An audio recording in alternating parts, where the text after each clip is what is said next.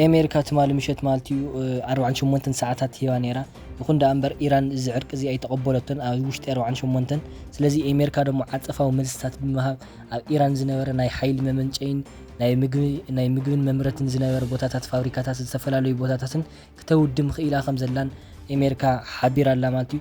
እዚ ብምግባር ድማ ብጣዕሚ ዓብዪ ኺሳራን ፀገምን ዝርከቡ ናይ ኢራን ሰባት መንግስቲ ኢራን ላፍቲ ናይ ዘይወደማ ዘለዋ ኣካላት ኸይድኹም እቲ ህዝቢ ክልከድሕኖ ጥያቄ ኣቕሪቡ እኒኦ ማለት እዩ። እዚ ጠይቕዎ ዘለዎ ደሞ ጥያቄ ኣቕሪብዎ ዘሎ ሕቶ እቲ ህዝቢ እንድሕር ዳ ብመላይን ወፂኹም ላፍቲ ፋብሪካታት እንተፀጊዕኹም ዶናልድ ትራምፕ ወይ ድማ መንግስቲ ኣሜሪካ ጥቃዓት ክፍፅም ይኽእልን ጆኖሳይድ እዩ ክብል ድማ ገሊፁ። እዚ ሓሳብ እዚ ከመይ ትሪእዎ? እዚ ብጣዕሚ ዘደንገፀ ዓለማዊ ኽዚ መዘራረብ ዘሎ ብጣዕሚ ዝገርም እዩ። ዶናልድ ትራምፕ ይኹን ዳ እምበር ለዚ መልሲ ዝልሃቦ ኢራን ካብ ምድረ ገፅ ክትጠፍእ ኣለዋ እንድሕር ዳ ዘይጠፍአት ንዓለማት ይኹን ለኣሜሪካ ማለት ዓብዪ ፀገም ክፈጥረላ ይኽእል እዩ ብምባል ድማ ኣብ መድረኽ ወፂኡ ተዛሪቡ ኣሎ። ቢቢሲ እና ሲኤንኤን ብዝሓተትዎ ቃለ መጠይቅ ድማ ብዛዕባ ኢራን እንታይ እዩ ዕላማኻ ኢራን እንተጠፍያ ንኣኻ ጥቕሚ ዘለውን ንህዝብና ጥቕሚ ዘለውን እንታይ እዩ ክብል ድማ ገሊፆም ኢራናውያን እንድሕር ዳ ለኣና ጠጠው እንድሕር ለይበሉ ሃምደስቶም እንድሕር ዳ ለቒናዮ ኒኩሌር እንድሕር ተሒዞም ለኣሜሪካ ዓብዪ ጉድኣት ከብፅሑ ይኽእል እዮም። ኣንሕና ግን ኒኩሌር ና ምጥቃም ዓቕሚ እኒአና ምክንያቱም ብስነ ስርዓት ክንጥቀሞን ኣብ መን ክንጥቀሙን ከም ዘለና ኣበየናይ ግዜን ንፈልጥ ኢና። ኢራን ግን እንድሕር ዳ ተሒዛቶ ናብ ዝኾነ ይኹን ዓዲ ሰዲዳ ኣፍቲ ባእሲን ፀገምን ክትፈጥር ትኽእል እያ። ናይ ሃይማኖት ፀገምን ክፈጥር ይኽእል እዩ ብምባል ድማ ተዛሪቡ ኣሎ። እሱ ጥራይ ይኹንን እዚ ኒኩሌር እዚ እንድሓር ዳ ሒዛ ናብ ኣሜሪካ ናብ ምስዳድ ዓቕማ ድማ ዝለዓለ እዩ ክብል ድማ ኢሉ ኣሎ። ሲኤንኤን ግን ከም ዝጠይቆ ኣሜሪካ ኒኩሌር ና ምጥቃም ዓቕሚ እኒአዋ ዶ ኣብ ኢራን ክብል ድማ ሓቲቶሞ ነይሮም ማለት እዩ። ኣሜሪካ ደሞ ከም ዝመለሰሎም መንግስቲ ትራምፕ ድማ ዝመለሰሎም እንድሕር ዳ ኣገዳሲ ተኾይኑ ክንጥቀም ኢና ኣብ ኢራን ክብል ድማ ተዛሪቡ። እዚ ኣገዳሲ ግን ኣይኮነን እቲ ዘለና ሓይሊ እኹል እዩ ብኡ ጌርና ክንፃወር ንኽእል ኢና ናብ ኒኩሌር ዘካውድ ወይ ደሞ ዘብፅሕ ቦታ የብልናን። ኢራን ክንድዚ ሓየልነኛ ወይ ደሞ እቲ ሓያል ሃገር ኣይኮንትን ስለዚ ኣንሕና ኣብ ኢድና ክነእትያ ኢና ክብል ድማ ተዛሪቡ። ብዙሓት ማእኸላት ሚድያታት እናተዛረቡ ነበራ።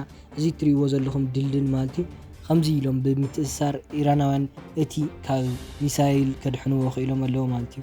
እዚ ነገር እዚ ግን ኣሜሪካ ታርጌት ጌራቶ ዝነበረት ቦታታትን ናይ መብራህቲ ሓይሊ መምንጨይ ዝነበረ እዩ።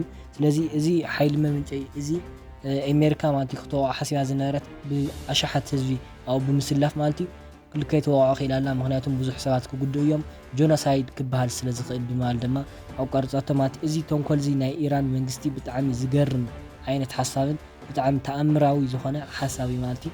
እዚ ብዙሕ ክዛረበሉ ዝቀነያ ማለት እዩ ኢራን እዚ ውግእ እዚ ካብ ዝጅምሮ ናብ 37 መዓልቲ ጌራ ኣላ ማለት እዩ። መንግስቲ ትራምፕ ደሞ ሕፅር ዝበለት ደብዳቤ ኢሉ ይኹን ነይሩ ማለት እዩ።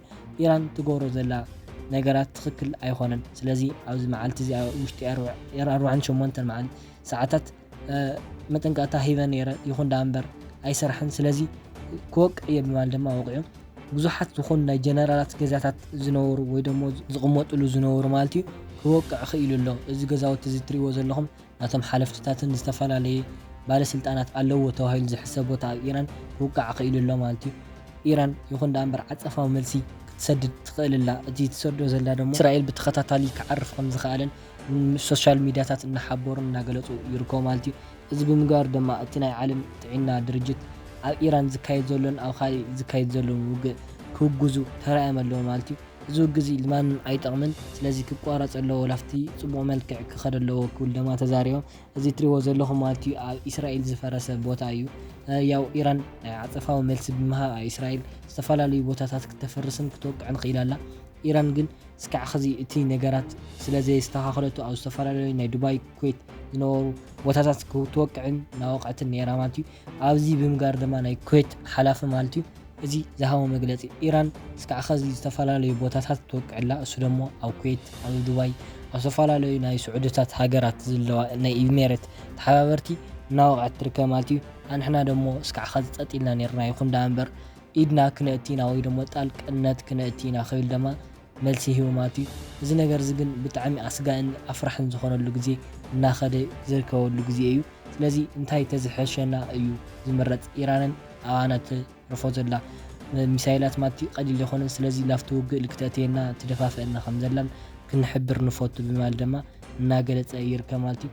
እዚ ውግእ እዚ ዳ እንድሕር ተቐፂሉ ኣብ ብዙሓታት ናይ ኢራን ቦታታት ክትወድም እያ ኢራን ዓቕሚ የብላን እስካብ ክንደዚ ክብል ድማ ተዛሪበሎም ወይ ደሞ ኣጠንቂቖሎ ማለት እዩ ናሎም መዓንቲ ዜናታትና እዚኦም ይመስሉ ነይሮም ከምዚኦም ዝበሉ ሒዘልኩም ክትመፅእ ላይክ ሼር ሰብስክራይብ ምግባርኩም ኣይትረስዑ ሰናይ ቅንያት